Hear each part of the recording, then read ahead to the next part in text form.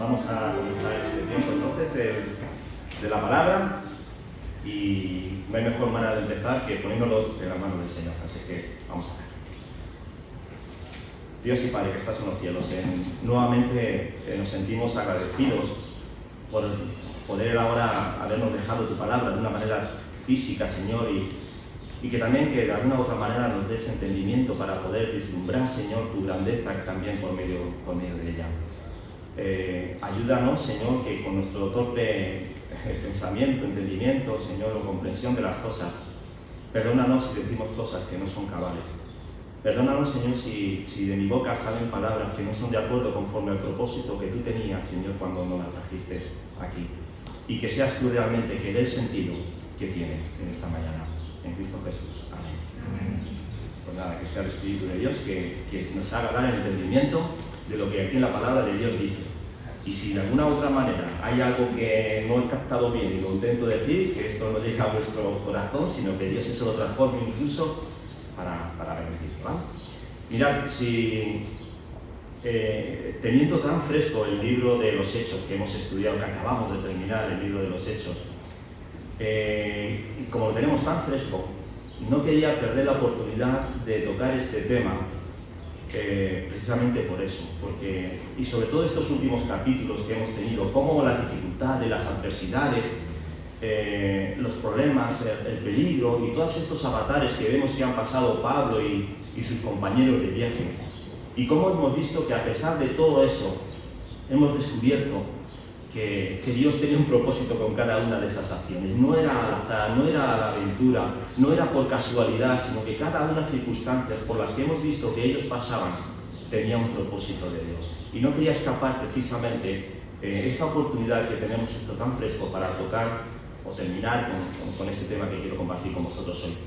Si me dieran la oportunidad, y esto es algo de ahora también, si me dieran la oportunidad que antes de mi predicación o de mi exposición de la palabra pudiera tener un prólogo, alguien que pudiera darme una introducción a aquello de lo que voy a decir, suscribiría palabra por palabra lo que José acaba de decir en su exposición, en su participación en la mesa del Señor. Lo suscribiría.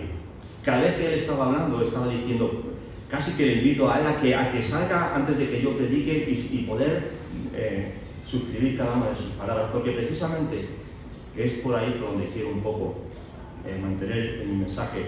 Y aquellos que habéis estado atentos a la porción que José nos ha dicho, lo vamos a poder ver y apreciar. Gracias, José, por introducirnos o introducir el mensaje que quiero compartir con vosotros hoy. Mirad, lo que quiero compartir con vosotros hoy lo he querido ilustrar por medio de dos historias, de dos circunstancias.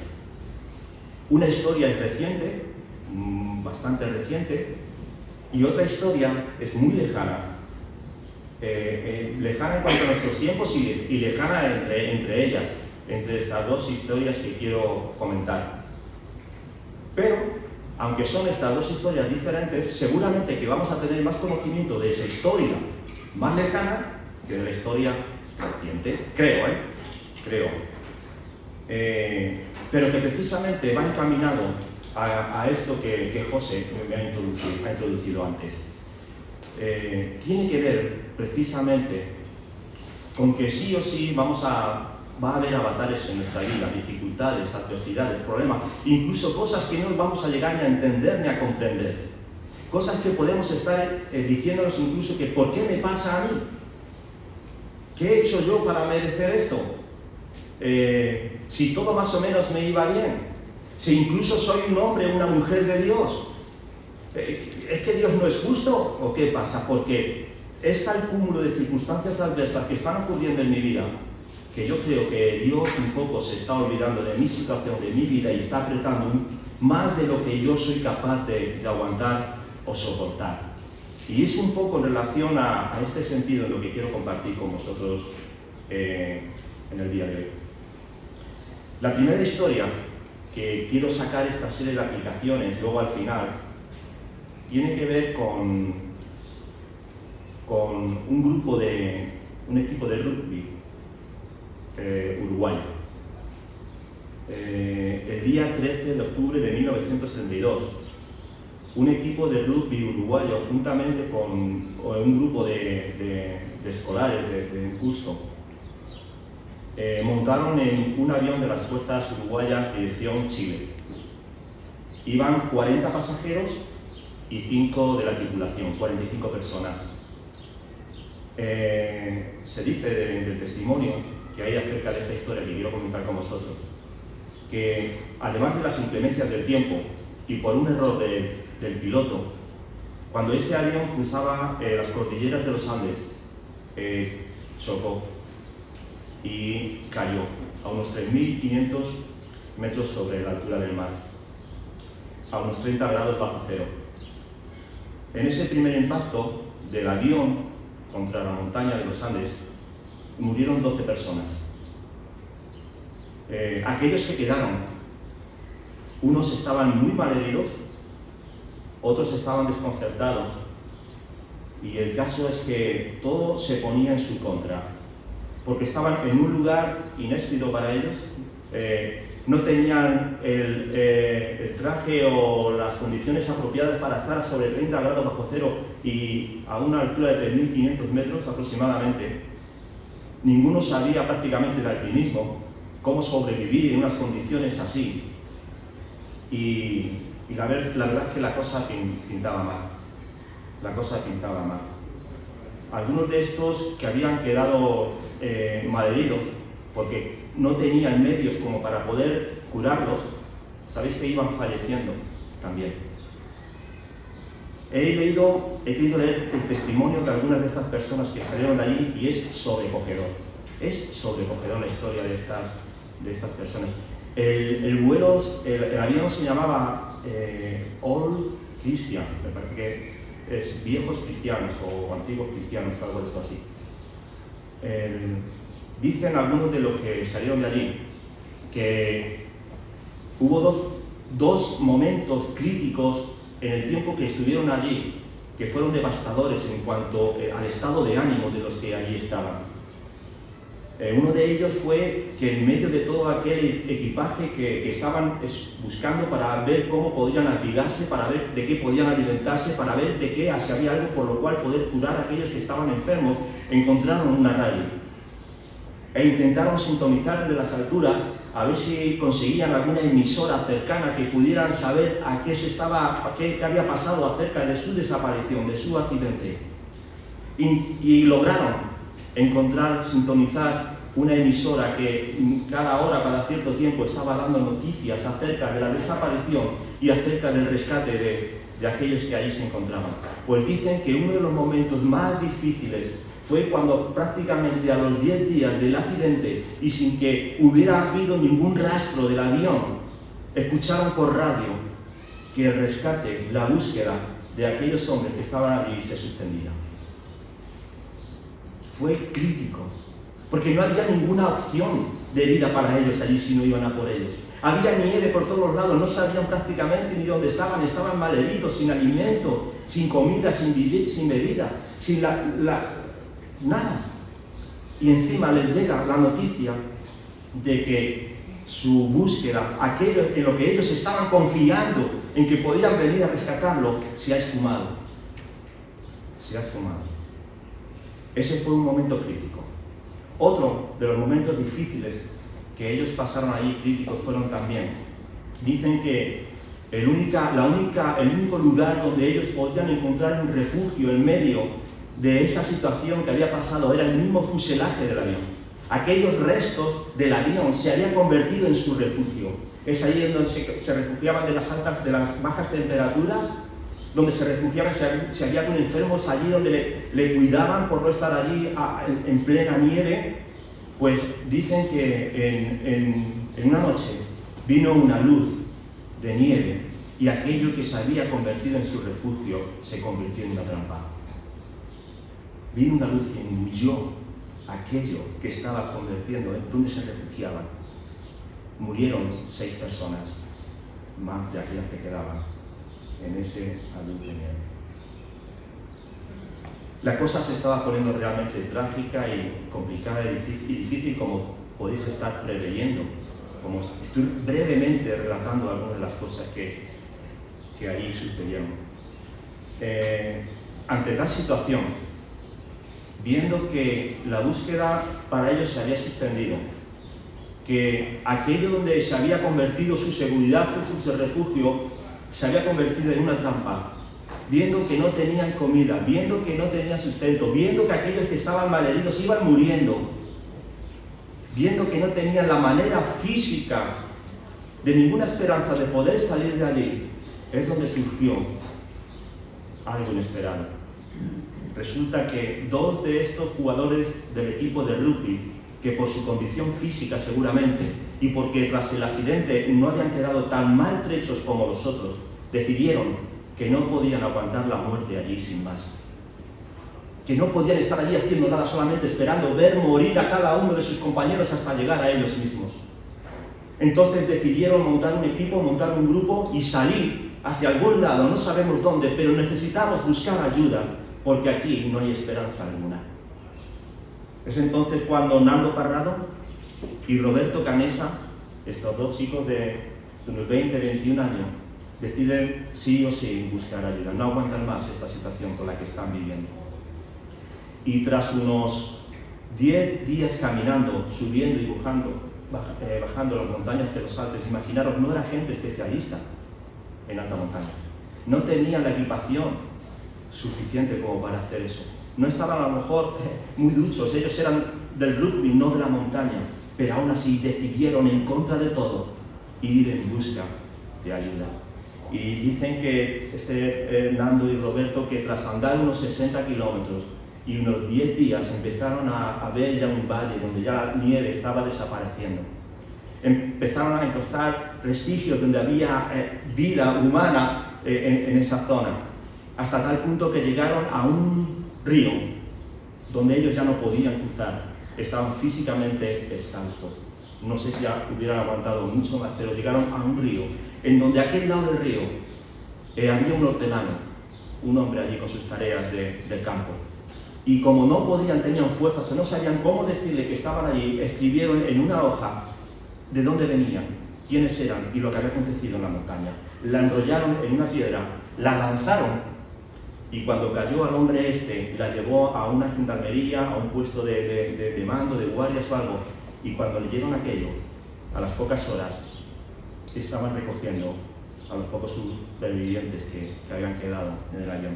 Es así que el 22 de diciembre de 1972, tras 72 días después del accidente, hubo 17 supervivientes de aquellos primeros 45. En condiciones sumamente extremas y difíciles. Es una historia que ninguno de nosotros hubiéramos querido, ¿verdad?, encontrarnos en medio de ella. Después de esto, escuchando o leyendo algunos de los testimonios de estas personas que quedaron, sobre todo de estos dos, dice uno de ellos que él venía de un trasfondo cristiano.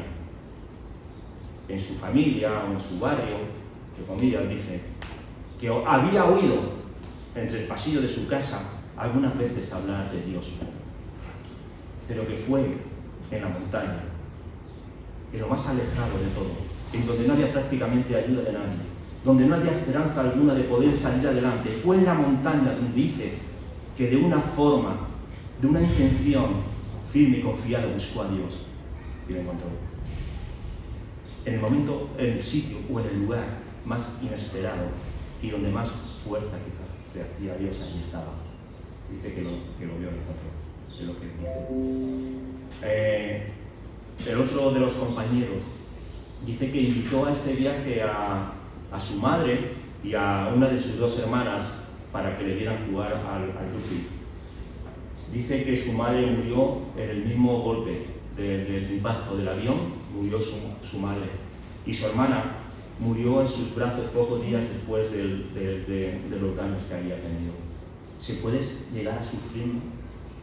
¿Se puede pasar peor que lo que estos muchachos llegaron a pasar? Dicen ellos que eso les cambió la vida por completo. ¿A quién no? ¿A quién no? Eso les cambió la vida. Ya no llegaron a ser aquellas personas que en un principio querían llegar a ser. Uno de ellos dejó aquello y dice que se propuso ser médico infantil para cuidar a aquellos niños que nacen mal de corazón, para poder ayudarles. Pero si hay un testimonio que me impactó y también que me gustó mucho, fue uno de ellos también que dice que, mira, yo unas horas antes de coger ese avión era el chico perfecto. Era un chaval guapo, robusto, como un jugador de rugby, con dinero, tenía chicas las que quisiera, lo dice él. Podía ir a cualquier tipo de fiesta, que la gente me invitaba, querían que fuera a las fiestas, porque era alguien que me pedía un autógrafo por la calle. ¿Sabéis qué? Cualquier joven de mi generación hubiera querido cambiarse por mí porque lo tenía prácticamente todo. No me faltaba de nada. Era el ídolo. Y 2 horas después no tenía nada. Lo perdí todo. Lo perdí todo. Es impresionante, ¿verdad?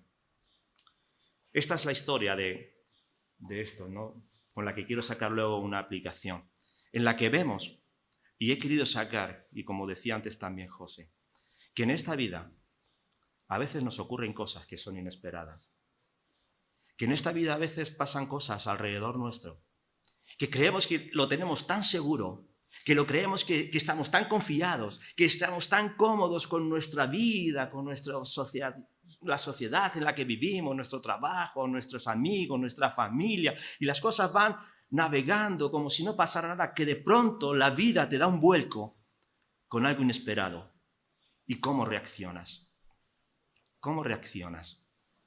De pronto llegas a una cita médica y te dicen que han encontrado algo que quizás no es muy agradable que sepas, ¿verdad, Julia? ¿O otro? Y la vida te cambia. Que quizás hay una quiebra en la empresa y tus proyectos de futuro en cuanto a tu casa, tu coche, tu no sé qué, tus vacaciones, se viene abajo y te ves arruinado. ¿Y qué haces ahora con todo eso? Eso pasa, ¿eh? Eso, nosotros a veces llegamos a pensar que estas cosas no me pasan a mí, que le pasan a otro. Pero estos vuelcos de la vida, cuando menos te los esperas, llegan. Un accidente que te trufa la vida, ¿verdad? Y te cambia tu vida por completo. Estas cosas pasan. Estas cosas que le pasaron a estos muchachos pasan. Pasan. ¿Y qué hacemos? Es muy fácil. Es muy fácil desde aquí, desde este púlpito, deciros, confiar en Dios. Es muy fácil decirle a un amigo que está pasando por esto, confiad en Dios. Lo es difícil es que cuando estás en medio de esa situación, como hizo este muchacho, buscar y agarrar a Dios y encontrarle, porque Dios está también ahí. Eso es una de las conclusiones a las que quiero llegar. Esta es una historia. No sé cuántos de ellos vosotros conocíais algo de ella. Bueno, se han escrito varios libros, se ha hecho una película que se llama Viven. Han ido dando por ahí conferencias a algunos de estos supervivientes, se seguían juntando, etc. Si algunos tenéis curiosidad de ello, podéis encontrar cantidad de información en Internet. Esta es una historia. Y ahora vamos a otra historia mucho más antigua que esta, pero que va muy relacionada precisamente con lo que he estado leyendo. Y esta historia tiene que ver con la vida de Job.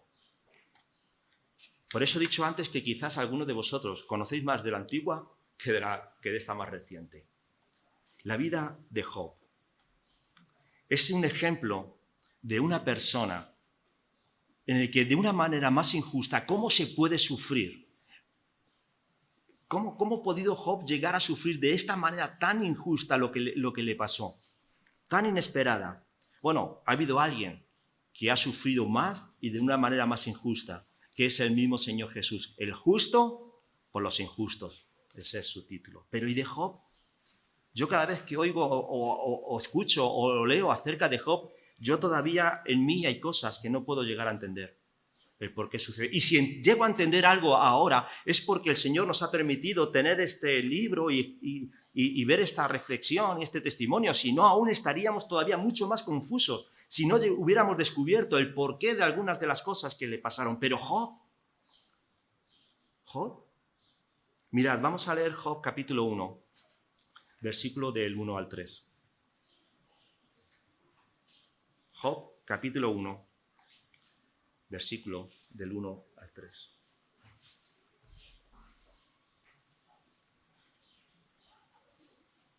¿Lo tenemos? Vale. Dice así: hubo en la tierra de Uz un varón llamado Job, y era este hombre perfecto, recto, temeroso de Dios y apartado del mal. Y le nacieron 7 hijos y 3 hijas. Su hacienda era de 7.000 ovejas, 3.000 camellos, 500 yuntas de bueyes, 500 asnas y muchísimos criados. Y era aquel varón más grande que todos los orientales. ¿Os dais cuenta quién era este Job? ¿Alguien no se quisiera cambiar con él? Yo sí. Yo si no hubiera leído mucho más de lo que pone aquí, yo diría, yo quisiera ser él, no solamente por todo lo que tiene, es que lo tenía todo. Tenía terreno, criado, animales, tenía hacienda, tenía una familia grande, es que no le faltaba de nada. Era el ejemplo ideal de aquella época de los que algunos seguramente quisieran decir, yo quiero ser como Job. Igual que aquel chaval de rugby que lo tenía prácticamente todo. Muchos se querían parecer a él. Yo quisiera ser como Job. Pero es que además de que lo tenía todo, Dios mismo habla de él como de una persona perfecta, recta y temerosa de él. ¿Se puede pedir más? ¿Se puede pedir más? Porque yo no. Si es que lo tenía prácticamente todo. Lo que no sabe Job, o lo que no sabía Job en ese preciso momento cuando se está hablando ahí, es que las cosas vienen, pasan inesperadamente a veces. Y a veces no sabemos el por qué o a veces no las entendemos, pero pasan. Él no sabía lo que se estaba cociendo. Él no sabía lo que se estaba allí removiendo tras la trastienda en el consejo de Dios. Y resulta que es que ahí llega Satanás, alguien que no podemos perder de vista en nuestra historia de la vida, en nuestra propia historia.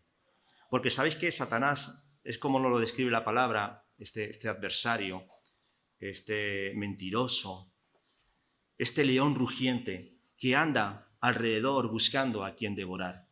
Y en esta ocasión Job se encontró en el pensamiento de Satanás. Y entonces va allí ante Dios y en una conversación allí le dice Dios a Job, es que tú has considerado, tú que vienes de por ahí de buscar a ver a quién puedes pillar, de a ver a quién puedes hacerle daño, has considerado a mi siervo Job, mira cómo es, intachable, impecable, no hay nadie como él. ¿Te das cuenta como si es posible que una persona pueda llegar a ser así? Y resulta que Satanás es como si le desafiara a Dios, como si le pusiera en un desafío ahí, le dice, pero tú ¿por qué te crees que te está siendo de esa manera? ¿Por qué este es fiel? ¿Por qué es íntegro? ¿Por qué es justo? ¿Por qué te teme? ¿Por qué? Precisamente porque le tienes en palmitas. Porque le estás haciendo, tantos mimos le tienes, le estás dando tantas cosas, que precisamente es por eso, por la razón por la que Job te es íntegro. Y Dios le permite cambiar esta circunstancia. Nosotros lo sabemos porque lo pone aquí ahora. Job no estaba teniendo ni idea de lo que se le venía encima. De lo que se le venía encima. Y yo aquí me he apuntado a una serie de preguntas respecto a antes de levantar el telón de la historia de Job, de lo que le va a suceder. Antes de pasar a escena y ver estos acontecimientos, os haría unas preguntas. ¿Seguiría Job sirviendo a Dios aunque no recibiera nada a cambio? Esta pregunta la sabemos, ¿no?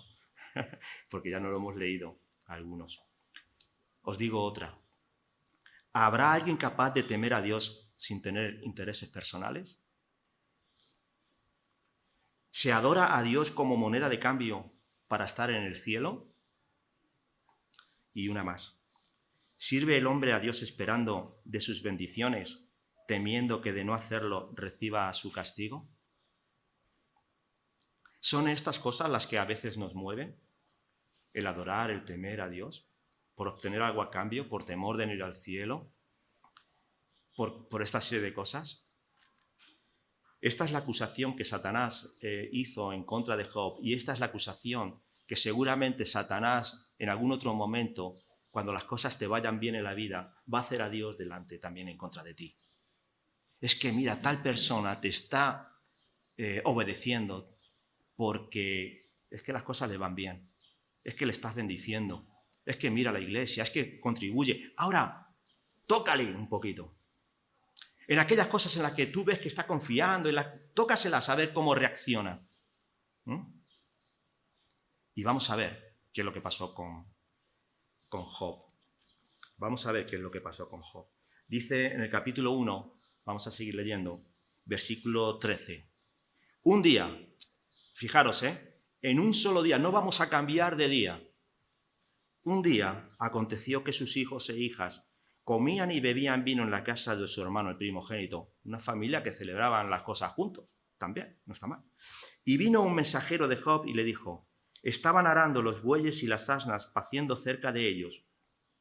Y acometieron los sabeos y los tomaron. Y mataron a los criados a filo de espada. Y solamente escapé yo para darte la noticia. Pues vaya noticia, ¿no? Allí donde tenía su ganado, los bueyes y las asnas, juntamente con los criados, allí llegan estos sabeos, se los cargan y solamente queda uno con el propósito de llevarle con la noticia, la triste noticia, de que aquello que tenían los han matado.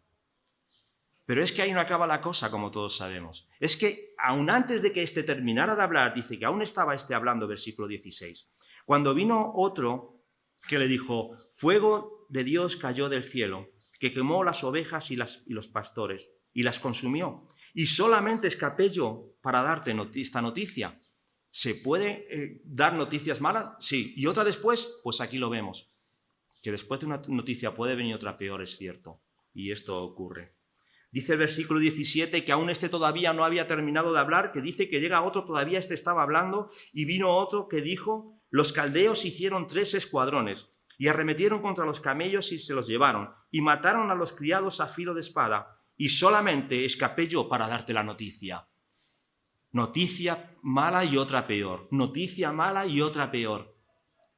Yo no sé, pero en estos pocos segundos en el que estoy leyendo aquí esto, a Job se le empezarían a cruzar los cables, empezaría a pensar en un montón de cosas y yo no sé, pero seguramente que su propósito en ese día cuando se levantó no era recibir estas cosas. Él estaría haciendo seguramente como estaba haciendo otras veces, adorando a Dios, pidiendo por sus hijos y esta serie de cosas, y resulta que lo que le llegan son todas estas contrariedades en su vida. Y dice el versículo 18, que entre tanto que éste hablaba, vino otro y les dijo: tus hijos y tus hijas, que estaban comiendo y bebiendo vino en la casa de su hermano el primogénito. Y vino un gran viento del lado del desierto y azotó las 4 esquinas de la casa, la cual cayó sobre los jóvenes y murieron. Y solamente quedé yo para darte la noticia. Ya no solamente las cosas de sus criados, su terreno, sus bueyes, es que todos sus hijos y cada uno de ellos les llegó la noticia de que murieron. Yo no sé, pero esto es tan terrible, esto es tan duro, es tan difícil de poder encajar un golpe como este en la vida. Que esa serie de preguntas que os he hecho yo antes, ¿no? De que, ¿y si pasara esto? ¿Y si pasara esto? ¿Y si pasara esto? Pero es que esto es la realidad, que como he dicho antes, que estas cosas no solamente le pasan a otros, que cosas como estas o semejantes, un día, en nuestra vida tranquila, va y pasan. Va y pasan. ¿Y qué hizo Job? Dice el versículo 21. No, el 20, perdona, el 20 dice: entonces Job, aun en medio de esa situación tan crítica, dice que se levantó, rasgó su manto, rasuró su cabeza, se postró en tierra y adoró. Menos mal que está este texto aquí, que no es que lo diga yo, que hay que hacerlo. Menos mal que está este texto aquí. Dice que Job, ante tal calamidad, ante tal desastre, ante tal dolor, ante tal tragedia que se le había venido encima, en un abrir y cerrar de ojos, lo que hizo no fue maldecir a Dios, que es lo que Satanás había pedido. Lo que hizo no fue echar la culpa a Dios por las cosas que le estaban aconteciendo. Dice que en lo más profundo de su dolor, porque le estaba doliendo, porque lo que estaba haciendo allí, eso de rasurarse el cabello, rasgar sus vestidos, eran síntomas o símbolos de dolor, de duelo, por aquello que estaba aconteciendo. Pero dice que se arrodilló en tierra y adoró. Y adoró. Satanás no tenía razón. Aquel que le estaba acusando de que Satanás estaba obedeciendo o siendo una persona íntegra porque tenía toda aquella serie de cosas, no era cierto, porque dice aquí en el versículo 22 que en todo no pecó Job ni atribuyó a Dios propósito alguno. Hay que estar ahí, en medio de esa situación, para comportarse como Job lo estaba haciendo. Ahí no acaba la cosa, porque se podía empeorar aún más todavía. Dice Satanás a Dios, claro, es que solamente le has tocado lo que no le concierne a él, pero ¿y si tocara su vida? ¿Y si tocara su cuerpo? Entonces ya verías como si te iba a maldecir, porque ahí sí que no aguanta a nadie. Piel por piel, ¿verdad? Y toda esta serie de cosas que... Y Dios le permite a Satanás probarle aún de esta manera tan dura, sin que le llegara a tocar su vida. Dice el versículo, por ejemplo, capítulo 2, versículo 4. Respondiendo Satanás, dijo a Jehová, piel por piel, todo lo que el hombre tiene dará por su vida. Pero extiende ahora tu mano y toca su hueso y su carne y verás si no blasfema contra ti en tu misma presencia. Y Jehová dijo a Satanás, he aquí, él está en tu mano, mas guarda su vida. Entonces salió Satanás de la presencia de Jehová e hirió a Job con una sarna maligna desde la planta del pie hasta la coronilla de la cabeza. Y tomaba Job un tiesto para rascarse con él y estaba sentado en medio de la ceniza. Job estaba totalmente, ya no solamente abatido por las circunstancias que le habían pasado en cuanto a su familia, sino que hasta su mismo cuerpo estaba siendo tocado de tal manera que se sentía humillado, destruido, derrotado, y yo no sé cuántos adjetivos más le podríamos estar poniendo a la situación en la que estaba Job. Con una sarna, con una enfermedad maligna, que lo único que le aliviaba el dolor o el picazón que tenía era que con un tiesto, con una piedra, rascarse. Imaginaros, y esto seguramente que lo que estaba promocionando o promoviendo es más dolor, más infección y dice que sentado en la ceniza. Se puede caer más bajo. Esta persona hace unas horas lo tenía todo. Todo el mundo quisiera parecerse a él. Y de la noche a la mañana se encuentra en una situación tan trágica que ahora aquel que era un ídolo para nosotros, alguien a quien seguir, nos daría lástima y no quisiéramos arrimarnos ni a él. Esa es su situación. Esa es su situación. Y la única persona que le quedaba a su lado, que era su mujer, no tuvo el mejor momento a su lado. Porque dice en el versículo 9 del capítulo 2, entonces le dijo a su mujer, ¿aún retienes tu integridad? Es decir, ¿cómo estaría Job, que hasta su misma mujer le estaba diciendo, se dio cuenta de que seguía siendo íntegro después de todo lo que le estaba pasando, y va y le dice, maldice a Dios y muérete? ¿Eso es lo que buscaba Satanás? Y eso es lo que su mujer ahora le dice que haga, le insta a que maldiga a Dios, porque mira, Dios es justo.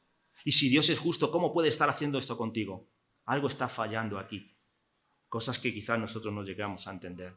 ¿Y cuál fue la reacción de Job también en medio de todo esto? De que cuando ya no tiene nada de sus propiedades, nada de sus hijos, su mujer prácticamente la ha desahuciado, su vida, su cuerpo prácticamente ya no tiene fuerza ni seguir para adelante como aquellos que estaban allí. ¿Qué es lo que hace Job en medio de esta situación? Maldice a Dios, le niega, peca contra él. Dice el versículo 10 al final de este capítulo 2, que en todo esto no pecó con sus labios. Es impresionante. ¿Se puede ser una persona íntegra en medio de las adversidades, de las dificultades, en los lugares más críticos donde no puedas tener ni un gramo de esperanza? ¿Se puede? Job vemos que sí pudo. En todo esto, dice que no pecó Job con sus labios. Mirad, no voy a explicar todo el libro de Job. Voy a ir explicando solamente de algunas cosas de por medio. En medio de esta situación es verdad que Job no entendía el porqué de las cosas. En algunos otros casos empezó a pedir explicaciones. Vinieron unos cuantos amigos en su ayuda y aún estos le hundieron más. Porque después de estar unos días a su lado, callados, llegaron a la conclusión estos amigos que lo que le estaba pasando a Job precisamente es porque algún error había cometido en su vida, algún pecado había hecho en contra de Dios. Y aunque nosotros quizás no lo sepamos, algo has tenido que hacer, porque Dios es justo. Y si Dios es justo, a una persona que hace las cosas bien delante de Dios, lo que le tiene que hacer es bendecir y no hacer las cosas que te está pasando a ti. Y es aquí donde se cae por tierra toda esta doctrina del evangelio, de la prosperidad, de todas estas mentiras que hay rulando por ahí. Porque no es cierto. Porque no es cierto. Porque Dios sigue siendo justo. Porque aquellos que somos creyentes, a veces, las adversidades nos llegan. Y no me refiero a adversidades como digo en algunas otras ocasiones, me siento hoy mal porque no me queda bien el peinado. Sino cuando nos llegan golpes, como he estado comentando antes, muy duros. Muy duros. Y aún así, Dios nos sigue dando la fuerza para mantener nuestra integridad delante de Dios y no pecar. Que hay cosas que no vamos a llegar ni a entender de por qué nos están pasando, ni a comprender siquiera, pero que igual que Job podemos ponernos delante de Dios y decirle, Señor, no lo entiendo. Y eso no es pecar contra Dios. Señor, no lo comprendo el por qué me está pasando a mí. Y eso no es maldecir a Dios. Y aún en medio de esa situación, seguir manteniendo nuestra integridad. Por avanzar un poco más. A mitad del libro de Job es donde yo encuentro por lo menos al Job más abatido, al Job más hundido de todo este relato que encuentro. Y ahí sí que le veo apagado. Es como cuando enciendes un fuego y poco a poco se va apagando esa llama y solamente queda ahí un poco el rescoldo y que está a punto ya de apagarse, ¿no? Y ya se acabó. Yo a mitad de este libro, en el capítulo 19, yo le veo a Job así, en las últimas. Es como cuando estos chicos que estaban allá arriba en la montaña, después de escuchar una noticia mala, después de venir otra noticia peor, no les quedaba ninguna esperanza de aliento ni de vida. Eran momentos críticos. Pues así le veo yo aquí ahora a Job también, en las últimas. Y quizás aquí lea algún versículo más, creo que es apropiado. Dice, ¿lo tenemos? Job, capítulo 19, dice así en el versículo 2, refiriéndose también aquí a algunos de sus amigos. ¿Hasta cuándo angustiaréis mi alma y me moleréis con palabras? Ya me habéis vituperado 10 veces. ¿No os avergonzáis de injuriarme? No estaban siendo muy buena ayuda, ¿verdad? Aun siendo, fijaros, aun siendo verdad que yo haya errado, sobre mí recaería mi error. Imaginaros por un momento que yo realmente hubiera pecado, que soy aquel que está diciendo que he cometido, sin tal caso, pero ¿por qué tenéis ese ensañamiento conmigo si el culpable al final voy a ser yo? Dejadme, hombre. Pero si vosotros os engrandecéis contra mí y contra mí alegáis mi oprobio, sabed ahora que Dios me ha derribado. ¿Veis cómo está? Está abatido. Está completamente por los suelos. Me ha envuelto en su red. He aquí, yo clamaré agravio y no seré oído. Daré voces y no habrá juicio. Fijaros el versículo 8. Cercó el vallado de mi camino y no pasaré. Es como si se encontrara en un lugar y en medio de ese lugar se hubiera puesto un vallado de donde no puede escapar ni salir. Sobre mis veredas puso tinieblas. Es que ya no es que pueda salir, es que no veo ni siquiera dónde estoy. Me ha despojado de mi gloria, con todo lo que era Job. Ha quitado la corona de mi cabeza. Me arruinó por todos los lados y perezco. Y ha hecho pasar mi esperanza como árbol arrancado. Hizo arder contra mí su furor y me contó para sí entre sus enemigos. Vinieron sus ejércitos a una y se atrincheraron en mí y acamparon alrededor de mi tienda. Hizo alejar, fijaros ya en lo personal, hizo alejar de mí a mis hermanos, y mis conocidos como extraño se apartaron de mí. Mis parientes se detuvieron y mis conocidos se olvidaron de mí. Los moradores de mi casa, aquellos que estaban allí y sus criadas, dice, me tuvieron por extraño. Ya no querían saber nada de él. Forastero fui yo a sus ojos. Llamé a mi siervo, aquel que estaba dispuesto a cualquier cosa, dice, y no me respondió. De mi propia boca le suplicaba. Mi aliento vino a ser, fijaros, a ser extraño hasta para su mujer. Aunque por los hijos de mi extraña le rogaba. Aún los muchachos me menospreciaron. Aquel que era un ídolo, un ejemplo, ahora mirad, le menospreciaban. Al levantarme hablaban contra de mí. Todos mis íntimos amigos me aborrecieron. Aquellos que te daban palmaditas en la espalda cuando las cosas estaban bien. Aquellos que te decían que no había ningún problema. Pues mirad, te aborrecen. Los que yo amaban se volvieron en contra de mí. Vaya un trato. Mi piel y mi carne se pegaron a mis huesos y he escapado con solo la piel de mis dientes.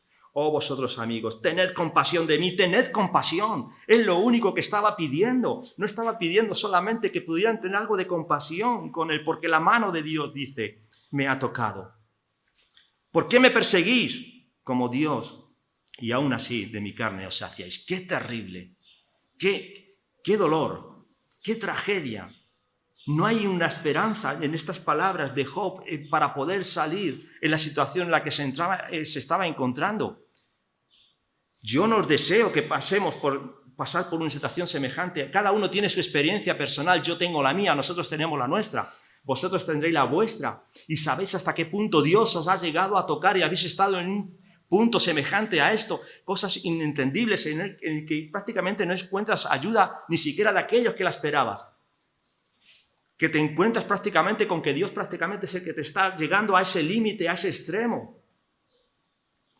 Yo no sé de qué manera y por qué, pero en ese momento más triste, más bajo, más derrotado, más hundido, como pasó a aquellos muchachos, surgió algo de Job. Algo que de esa llama no se había apagado todavía. Algo de ese rescoldo que Dios seguía manteniendo vivo ahí de su fe. Algo salió de Job, que me llena de gozo al leerlo también a mí ahora. Y fíjate que él mismo estaba deseando que hubiera alguien que escuchara las palabras que iba a decir para que esas palabras pudieran ser escritas y leídas mucho tiempo después. Y fue lo que Dios nos ha concedido. Y es lo que hoy precisamente estamos leyendo. Porque dice en el versículo 23, ¿quién diese ahora que mis palabras fuesen escritas? Está cambiando el tono. ¿Quién diese que se escribiesen aún en un libro? Pues han quedado escritas en un libro. Alguien las ha apuntado aquí. Dios ha querido que quedaran escritas aquí para que las leyéramos. ¿Quién con un cincel de hierro o con plomo fuesen esculpidas en piedras para siempre? Iba a decir unas palabras que quisiera que quedaran escritas en el libro para que en el futuro esta historia fuera contada y pudiéramos aprender de ella. Que en el momento más bajo hay alguna expresión de Job que quiere que nosotros escuchemos en esta mañana. Y estas palabras son estas. Versículo 25. Yo sé que mi Redentor vive. Y al fin se levantará sobre el polvo. Y después de deshecha esta mi piel, en mi carne he de ver a Dios, al cual veré por mí mismo, y mis ojos lo verán, y no otro. Aunque mi corazón desfallece dentro de mí. ¡Qué palabras! En medio de esa situación, ¿qué fe habría brotado otra vez del corazón de Job para poder expresar en su momento más hundido, más triste, más desfavorable de su vida, el poder llegar a decir, yo sé que mi Redentor vive? Yo sé que mi Redentor vive. Mirad, la palabra Redentor viene del hebreo Goel. Esto lo está buscando, no es que yo sepa hebreo. Y significa, Redentor, que había una ley que Dios había dicho, que si había alguna persona que lo perdía todo, que quedaba o viudo, desamparado, o sin hijos, o en la más auténtica ruina o desolación, si había una persona dentro del pueblo de Dios o a tu alrededor, si había una persona que pasaba por una situación esta, que quedaba en la más absolutamente de las indigencias o desesperación o miseria o pobreza, había una ley que decía que aquel pariente más próximo tenía la obligación de ser su redentor. Esto lo podemos ver en varios casos en la Biblia del Antiguo Testamento, con Boaz y Ruth, y hay más casos como ellos. Eso es redentor. ¿Y sabéis lo que está expresando aquí ahora Job? Precisamente esto. Estoy en las más absolutas de las miserias.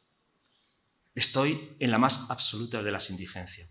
En lo más absoluto de mi debilidad. Pero sé que hay alguien cercano a mí que va a ser mi redentor, que va a coger mi causa, que me va a restaurar, que me va a cuidar. Y eso es lo que para Job era Dios, su redentor.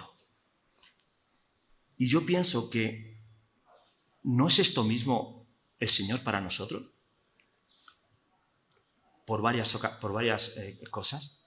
¿No ha sido Dios el Señor para nosotros también? Que cuando estábamos en lo más absoluto de nuestra perdición, que a causa de nuestro pecado estábamos totalmente desahuciados, éramos unos miserables. No había ninguna esperanza para nosotros. Éramos totalmente débiles para poder tomar alguna iniciativa que fuera buena para nosotros. No éramos nada ni éramos nadie. Y en medio de esa situación, Dios se ha hecho cercano por medio de Cristo Jesús. Y ha sido nuestro Redentor. ¿No es espectacular? Pero es que no acaba la cosa ahí. Es que Dios sigue siendo nuestro Redentor ahora, que ve nuestra aflicción, que ve nuestro quizás fracaso, que ve nuestra debilidad, que ve en la situación por la que estamos y no se olvida por nosotros, se hace cercano, toma nuestra causa y se hace nuestro Redentor. Nos cuida, nos restaura, nos transporta quizás a un lugar en donde era inimaginable. Ese es nuestro Dios. Y avanzando un poquito más y llegando prácticamente al final, si queréis, avanzamos a los últimos capítulos de Job. Job ha pasado durante este trayecto por un montón de experiencias que están aquí descritas en el libro y que si queréis estudiarlas las podéis leer, pero no tengo mucho más tiempo para poder terminar con una serie de conclusiones. Pero Job se llega al final a dar... Él seguía sin entender muchas cosas. Él seguía sin saber todo lo que se había cocinado allí. Él seguía, pero se había dado cuenta de una cosa. Y dice el capítulo 42, perdonad, al principio. Capítulo 42 dice: yo conozco que tú todo lo puedes y que no hay pensamiento que se esconda de ti. ¿Quién es el que oscurece el consejo sin entendimiento? Por tanto, dice Job, cuando estaba pidiendo explicaciones a Dios, el por qué, para qué, y Dios al final accede a contestarle a Job y le dice: ¿dónde estabas tú cuando yo estaba creando todo lo que ves? ¿Dónde estabas tú cuando yo puse límites a los mares? ¿Dónde estabas tú cuando...? Y Job se llega a dar cuenta que está delante del Dios absoluto. Y dice: ¿quién es el que oscurece el consejo? ¿Quién soy yo? Por tanto, yo hablaba lo que no entendía. Es verdad, hay cosas que a veces no entendemos en medio de lo que estamos pasando. Cosas demasiado maravillosas para mí que yo no comprendía. Y ahora se dirige a Dios diciéndole: oye, te ruego y hablaré. Te preguntaré y me enseñarás. Y fijaros lo que dice el versículo 5. De oídas te había oído. De oídas te había oído. Mas ahora, mis ojos te ven. Por tanto me aborrezco y me arrepiento del polvo y la ceniza. Ahora mis ojos se ven. En el capítulo 19, ¿recordáis ese texto que hemos leído? Yo sé que mi Redentor vive y he de ver a Dios. Está acabando este libro diciendo: ahora mis ojos te ven. Ahora mis ojos te ven. El Señor Dios le restauró a Job con mucho más de lo que él tenía, incluso el doble de lo que tenía. Aquello cambió y transformó la vida de Job por completo. Yo cuando leo este versículo 5 de Oías te había oído, que es una de las canciones que precisamente hemos cantado, la tercera canción creo, en esta mañana, que de Oías te había oído. Ahora entiendo, cosas demasiado maravillosas para mí. Me acuerdo del chico este de Nando, del avión, que decía que él en su casa, por los pasillos, a veces cuando entraba y salía, oía hablar de Dios. De Oías te había oído, pero ahora, en medio de la debilidad, en medio de la tragedia, en medio de donde no encuentras prácticamente ayuda, fijaros lo que os digo, pues quizás sea el lugar más propicio para encontrar a ese Dios tan cercano, ese que es nuestro rescatador, ¿verdad? Nuestro redentor. Quisiera sacar unas conclusiones y ir terminando con ello. Mirad, he querido traer unas imágenes que sacaron del accidente cuando fueron a recogerle. El fuselaje del avión donde aquello que se había convertido en el refugio y algunos de los supervivientes que allí estaban. Y esta es una imagen también del mismo avión, del mismo sitio, un poquito más cercana. El gozo que esta persona tendrían, ¿verdad?, cuando vieron aquel helicóptero venir en su rescate. Cuando no había ninguna opción de vida para ellos, hubo alguien que dijo, yo no me quedo aquí. Dice el testimonio, me acuerdo ahora también de otro de ellos. ¿Sabéis qué? Que hubo gente de entre aquellos que murieron, que aun sin tener grandes, de golpes del avión y esto, que hubo gente que ante esta situación decidió no hacer nada. Esperar la muerte y así acabaron, porque decidieron no hacer nada. Esa no era la opción de estos dos chicos. Ellos sí, pidieron ayuda, tuvieron esperanza de que alguien les rescataría y así sucedió. 3 propósitos que quiero terminar. Mirad, en nuestra vida no todo tiene una explicación. Si me la pedís, yo no la sé. Pero lo que sí sé es una cosa, que todo tiene un propósito.